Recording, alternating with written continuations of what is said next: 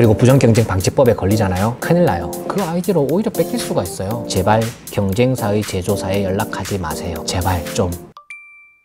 저희가 한 달 전에 삼성에서 어떻게 에어컨 제품을 소싱을 했는지, OEM 생산을 했는지에 대한 영상을 찍었잖아요. 근데 그 영상이 제가 생각한 것보다는 조회수가 조금 많이 나왔어요. 한 8,700회 정도면 제가 찍은 것 중에 좀 많이 나온 편인 것 같아요. 그때 이제 제가 그 영상에서 꼭 하고 싶었던 이야기, 또 삼성이라는 이야기를 꺼낸 이유는 브랜드는 누구나 만들 수 있다. 그 브랜드를 만들기 위해서는 제품, 마케팅, 디자인 이렇게 세 가지가 필요하다. 그 중에서도 제일 어려운 제품 만드는 것은 삼성도 OEM을 한다. 또는 ODM을 한다. 그러니까 이 큰 기업도 하니까 우리도 사실 OEM이나 ODM을 통해서 얼마든지 할 수 있다라는 얘기를 하고 싶었어요. 그래서 이제 그런 형태로 나는 이야기를 했는데, 근데 이제 구독자분들하고 대화를 하거나 또는 댓글이나 달리는 걸 보니까 제가 했던 이야기를 중요하게 생각 안 하고 오히려 경쟁사 제조사를 찾는 방법에 대해서만 이렇게 초점을 맞추더라고요. 경쟁사 KC 정보 파악한 다음에 거기 있는 경쟁사 이름 파악해서 그걸 구글링하면 경쟁사 정보를 찾을 수 있다. 팁이긴 해.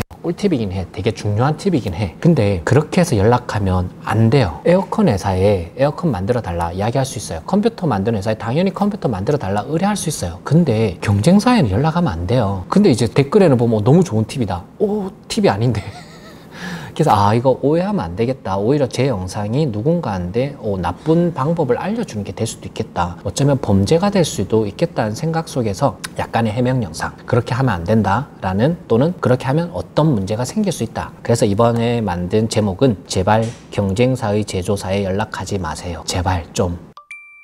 이게 함부로 경쟁사에 연락하면 안 되는 이유가 우리 아이디어를 뺏길 수가 있어요. 그러니까 우리 제조사에서 한 번씩 전화가 와요. 그리고는 대표님, A라는 회사에서 무슨 소재로 뭐 만들어 달라고 하는데 아마 새로운 거 만들고 있는 것 같아요. 대표님 참고하세요 라고 알려줘요. 그 제조사에서는 우리랑 오랜 기간 동안 수억 원의 거래를 해 나가고 있잖아요. 그러니까 매출이 떨어지면 안 돼. 생산이 줄면 안 되잖아요. 그러니까 그 제조사에서는 제조를 못 해드립니다 라고 거절을 한 다음에 우리한테 연락을 한 거야. 비밀스러운 건 얘기를 안 해요.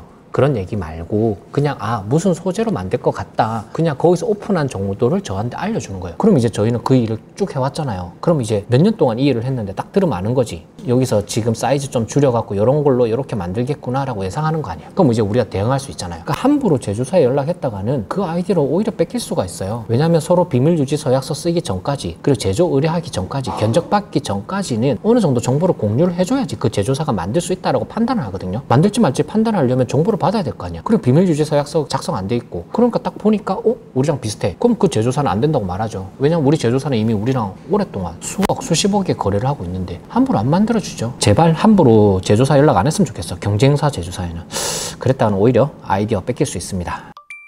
법적으로 사실 문제는 안 돼요. 생각해보면 당연히 문제가 안 되죠. 제조사에 뭐 만들어 달라는 건 문제가 안 되죠. 그런데 우리가 경쟁사 제조사에 굳이 연락을 했다라는 이유는 우리 제품을 보고 비슷하게 만들려고 하는 거 아니에요. 그럼 결국은 제조 의뢰를 할 때 되면 이 제품에서 이런 걸 바꿔주세요 라고 하면서 무언가를 제시할 거 아니에요. 그때부터 이제 문제가 되는 거지. 어떤 법에서 문제가 되냐면 부정경쟁 방지법이라고 있어요. 이 부정경쟁 방지법은 A라는 제품이 있는데 A라는 제품과 유사한 제품을 만들어서 소비자한테 혼돈을 주면은 부정경쟁 방지법에 걸린다고 해요. 근데 이게 사실 객관적으로 증명하는 게 쉽지 않습니다. 그래서 판사분들도 이거를 정말 객관적으로 증명을 할 수 없다라면 괜찮다라고 표현해요. 근데 객관적으로 증명할 수 있는 방법이 두 가지가 있는데, 첫 번째는 소비자들이 이미 그렇게 오인을 하고 있으면 객관적인 증빙이 되는 거죠. 소비자들이 둘 다 비슷해 보이는데요 라는 댓글이 달리기 시작하고 후기가 달리기 시작하고 그런 리뷰가 남는다면 이거는 그죠? 그런데 이 한 개만으로도 판사분이나 변호사분들이 확실하다고 말 안 해요. 근데 저희가 이번에 변호사분하고 미팅을 하는데 두 번째 증거 자료를 딱 보더니 이거는 확실합니다. 이거는 무조건 이깁니다 라고 말을 하더라고요. 그 자료가 뭐냐면 바로 우리 제품과 함께 이 제품에서 이걸 바꿔달라고 말한 내역이랑 녹음본이 있어요. 녹음본이나 또는 그런 도면이나 그런 증거 자료가 있잖아요. 그러면 이분은 분명히 제조 의뢰를 할 때 그냥 요거에서 요걸 바꿔달라고 말했기 때문에 문제가 없다고 생각하는데, 그거를 외부인이 볼 때는 이 제품 이랑 거의 유사한데 요것만 바꿔달라고 말을 했다고 생각하는 거죠. 그러니까 이 증거 자료가 있으면 사실 법원에서도 이거는 의도적으로 유사하게 만들었다라고 판단하는 거죠. 이렇게 되면 부정경쟁 방지법에 걸릴 수가 있는 거죠. 그리고 부정경쟁 방지법에 걸리잖아요. 큰일 나요. 왜냐하면 지금까지 만든 전 제품 다 폐기해야 되고, 두 번째로 지금까지 판 제품에 대해서 원가가 아니라 판매가로 배상해야 돼요. 그러니까 이건 모조품 판 거랑 똑같아요. 그 뭐 가끔 보면은 뭐 몇 조대, 몇 천억대 짝퉁 팔았다 이런 말 나오잖아요. 그게 왜 가능하냐면 정품 가격으로 때린 거거든. 그러니까 우리도 정품 가격이 높게 평가가 돼 있잖아요. 그러면 1000개만 만들어도 바로 수억 원이 나와요. 그러니까 함부로 이거 해서 걸렸다가는 지금까지 만든 거 다 폐기, 지금까지 판 거 원가가 아니라 정가 대비로 전부 다 배상, 그리고 협의가 안 되면 그 이상의 배상까지도 할 수 있는 거죠. 정말 조심해야 됩니다. 사실 제조사는 임시정보 아니더라도 얼마든지 찾을 수 있어요. 그래서 조금만 찾아보면 사실 구글링 하면 얼마든지 제조사 찾을 수 있거든요. 그리고 우리가 이 업을 계속 할 거잖아요. 그러면 제조사를, 좋은 제조사를 만나야 되잖아요. 이게 3번, 4번이랑 연결이 되어 있는 것 같은데, 우리가 뭐 경쟁사 제품을 보여주면서 이 제품을 내가 만들어 달라 했다. 근데 그 제조사에서 오케이 만들어 주겠다 했으면 그런 제조사와 일하면 안 돼요. 왜냐하면 그 제조사는 약간의 양심이 조금 없는 거죠. 아무 제품이나 그냥 생산이 중요한 거잖아요. 그런 데서 과연 좋은 재료를 쓸까? 과연 좋은 퀄리티를 뽑아낼 수 있을까? 그리고 내가 카피해서 만들었던 게 잘 됐다 가정하고, 그런데 그 제조사가 다음번에 다른 데서 또 만들어 달라고 하면 어떻게 되겠어요? 그럼 또 이제는 우리가 역으로 당할 수 있는 거 아니야? 그래서 처음부터 제조사라는 게 그냥 아무 제조사랑 하는 게 중요한 게 아니라 우리 제품의 아이디어를 지켜주고 우리 정보를 지켜줄 수 있는 제조사를 찾는 게 더 중요해요. 그냥 연락했더니 해주는 제조사다? 그런 제조사랑 하면 안 되는 거죠. 저희 그래서 출장이 많잖아요. 디자이너 분들도 출장을 많이 가고 개발하시는 분들도 출장을 많이 가는데, 당연히 서울이랑 경기권이 많이 몰려있긴 해요. 찾아보면 우리 주변에도 상당히 많아요. 중국 넘어가면 좋죠.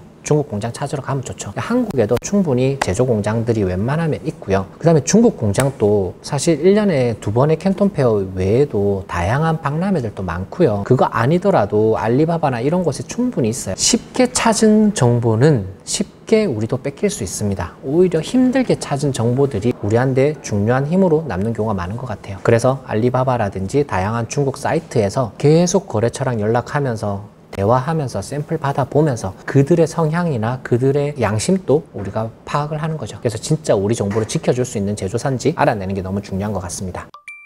가장 중요하게 제가 생각하는 것은 이제 이 얘기가 하고 싶었던 것 같아요. 조직 문화가 사실 제일 중요해요. 우리가 팀원분한테 경쟁사 정보를 파악해서 그대로 만들으라고 시키거나 그 정보를 통해서 제품을 만들으라고 시키면 나중에 그 팀원이 가만히 있을까? 과연 그 말을 들은 팀원은 과연 우리 회사에서 올바르게 잘하고 있을까요? 만약에 이 영상을 그런 회사를 다니고 있는 직원분이 보신다면 빨리 나와야 됩니다. 회사에서 도둑질 시키는데 그거 왜 참고 거기 다니는 거예요? 그 회사가 올바르게 계속 성장할 수 있을까? 절대 성장 못하죠. 어느 정도 빠르게 성장할 수는 있어요. 근데 절대로 오랫동안 성장을 하긴 힘들 겁니다. 그래서 제발 도둑질 시키지 말고, 도둑질 해서도 안 되고, 그리고 경쟁사의 제조사에 연락하는 것은 어쩌면 도둑질이 될 수도 있다. 우리가 전혀 다른 제품을 생산을 요청할 때는 괜찮지만 유사한 제품을 생산 요청하는 것은 도둑질이 될 수도 있다.